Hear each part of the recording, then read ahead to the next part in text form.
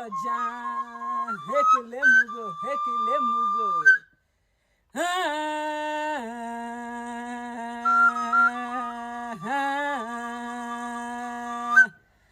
Abuko na damone nwane koyo no ibonyo zono ozumurisho ya no noso mezugbo ikejo nwanne ebulacha jegorio mujeka mano obi nekweme nwa Sylvester odo nwekwe mata ma obegu donumu nekere donumu na bo mmeri budu nkekere ya mara ka ire na bokwa onye riaka kwuru were dodo onye nwa kwuru gị ya ole dinu nkịtị babu n'egbanụ ga-akwụ n'ahịa ọkụ ịmaga n'egbanụ ga-ehenudele nwanyị abanụ ga-akwụnụ n'ahịa ọkụ na ojegbo n'ọlaja harụmaji na-etu ugo marụmabala na-etu apịa ma gbenu wee ntezi anya me ka ogbenye jide chuneka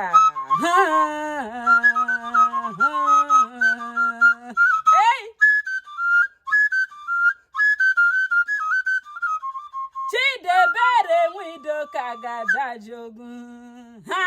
Egara Nsukka ha donado nwana na-ediro guche gị na-egbundo nwere mama gwa nwana bụ na-eje na ọgụnọgan ahụ nwana nọ n'enya ma lụọ na amarụ mbe na bụ nke bụ oke mike pekadere bụ pọnụ mgbori na n'elu mụnye etegwu nwere ihe na-eti na-enegwu oriri onye ka agwụ ya tina n'eka n'azụ mkpakara ya mọzọ jalano ekulere nubo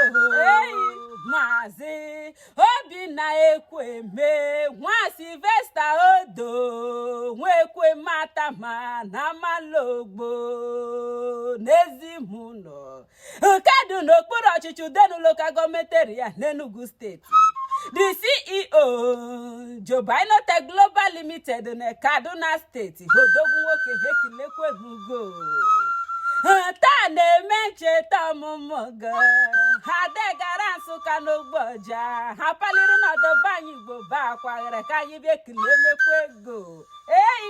obaino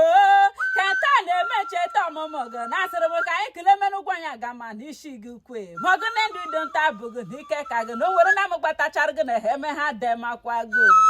eliri jobela anyị ekelenigo ụgwọ narị atọ egwu anyị ekelenigo ma jee anyị eze anya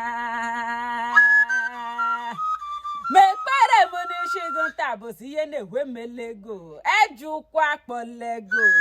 ihe ya bụ isi gị zoburu okpu memanụ gbamanụ gị izu ọjọọ ụkwụla zotikpite ndụ n'isi nka bịa m narị ọnụ ụgwọ anyị agama n'isi gị kwe ma ọgụ na ndụ n'isi ka bụrụ ya eje ga-egote n'ụmụ ogbenye ahụ kọkwa ji were usoro nya bụ mmanụ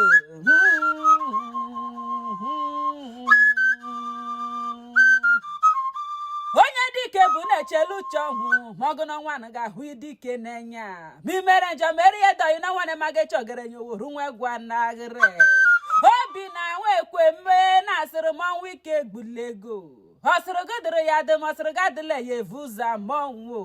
ihe adịke chile ma ọgụ na-echanụ ga-agwụ agwụ ma osisi ya eje kefulego mme